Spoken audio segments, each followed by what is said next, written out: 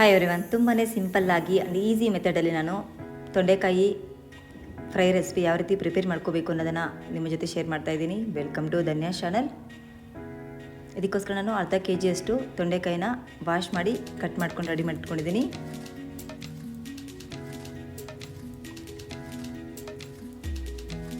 ನಂತರ stove on ಮಾಡಿ PAN ಇಟ್ಟು 1 ಟೇಬಲ್ ಸ್ಪೂನಷ್ಟು ಆಯಿಲ್ನ ಆ್ಯಡ್ ಮಾಡಿಕೊಂಡು ಬೆಳ್ಳುಳ್ಳಿ 2 ಈರುಳ್ಳಿನ ಕಟ್ ಮಾಡಿ ಆ್ಯಡ್ ಮಾಡ್ತಾಯಿದ್ದೀನಿ.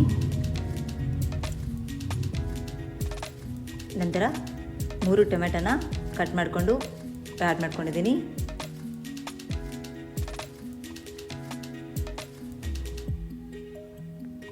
ಎಲ್ಲನೂ ಕೂಡ ಚೆನ್ನಾಗಿ ಫ್ರೈ ಮಾಡ್ಕೊತಾ ಇದ್ದೀನಿ. ನಂತರ ಹಸಿ ಮೆಣಸಿನಕಾಯಿನ 10 ರಿಂದ 15 ಆ್ಯಡ್ ಮಾಡ್ಕೊಂಡಿದ್ದೀನಿ. ಕೊತ್ತಂಬರಿ ಸೊಪ್ಪನ್ನ ಕೂಡ ಸ್ವಲ್ಪ ಆ್ಯಡ್ ಮಾಡಿಕೊಂಡು ಎಲ್ಲನೂ ಕೂಡ ಚೆನ್ನಾಗಿ ಫ್ರೈ ಮಾಡ್ಕೊತಾ ಇದ್ದೀನಿ. ನಂತರ ಸ್ಟವ್ ಆಫ್ ಮಾಡಿ ಸ್ವಲ್ಪ ತಣ್ಣಗಾದ ನಂತರ ರುಬ್ಕೊತೀನಿ. ತೊಂಡೆಕಾಯಿನ ವಾಶ್ ಮಾಡಿ ರೆಡಿ ಮಾಡಿ ಇಟ್ಕೊಂಡಿದ್ದೀನಿ.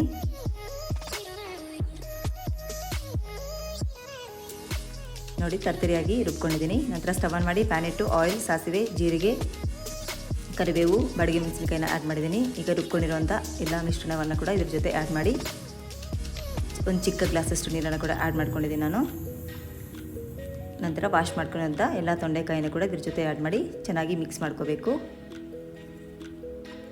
ತುಂಬಾ ಟೇಸ್ಟಿಯಾಗಿರುತ್ತೆ ಫ್ರೆಂಡ್ಸ್ ಈ ರೆಸಿಪಿ. ನೀವು ಒಮ್ಮೆ ರೆಸಿಪಿನ ಟ್ರೈ ಮಾಡಿ, ಯಾವ ರೀತಿ ಬಂತು ಅಂತ ಕಾಮೆಂಟ್ ಬಾಕ್ಸಲ್ಲಿ ಕಾಮೆಂಟ್ ಮಾಡಿ. ರುಚಿಗೆ ತಕ್ಕಷ್ಟು ಉಪ್ಪನ್ನು ಕೂಡ ಆ್ಯಡ್ ಮಾಡ್ಕೊತಾ ಇದ್ದೀನಿ.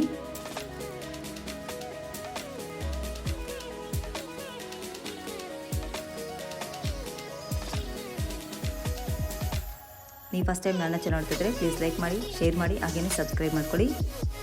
ಇದು ರೈಸ್ ಜೊತೆ, ಚಪಾತಿ ಜೊತೆ, ಮುದ್ದೆ ಜೊತೆ ಕೂಡ ತುಂಬಾ ಚೆನ್ನಾಗಿರುತ್ತೆ ಫ್ರೆಂಡ್ಸ್. 1 ನಿಮಿಷ ಚೆನ್ನಾಗಿ ಬೇಯಿಸ್ಕೊಂಡ ನಂತರ ಸ್ಟವ್ನ ಆಫ್ ಮಾಡಿ ಸರ್ವ್ ಮಾಡಿಕೊಂಡ್ರೆ ಸೂಪರ್ ಆ್ಯಂಡ್ ಟೇಸ್ಟಿಯಾಗಿರೋಂಥ ತೊಂಡೆಕಾಯಿ ಫ್ರೈ ರೆಸಿಪಿ ರೆಡಿ ಆಗುತ್ತೆ.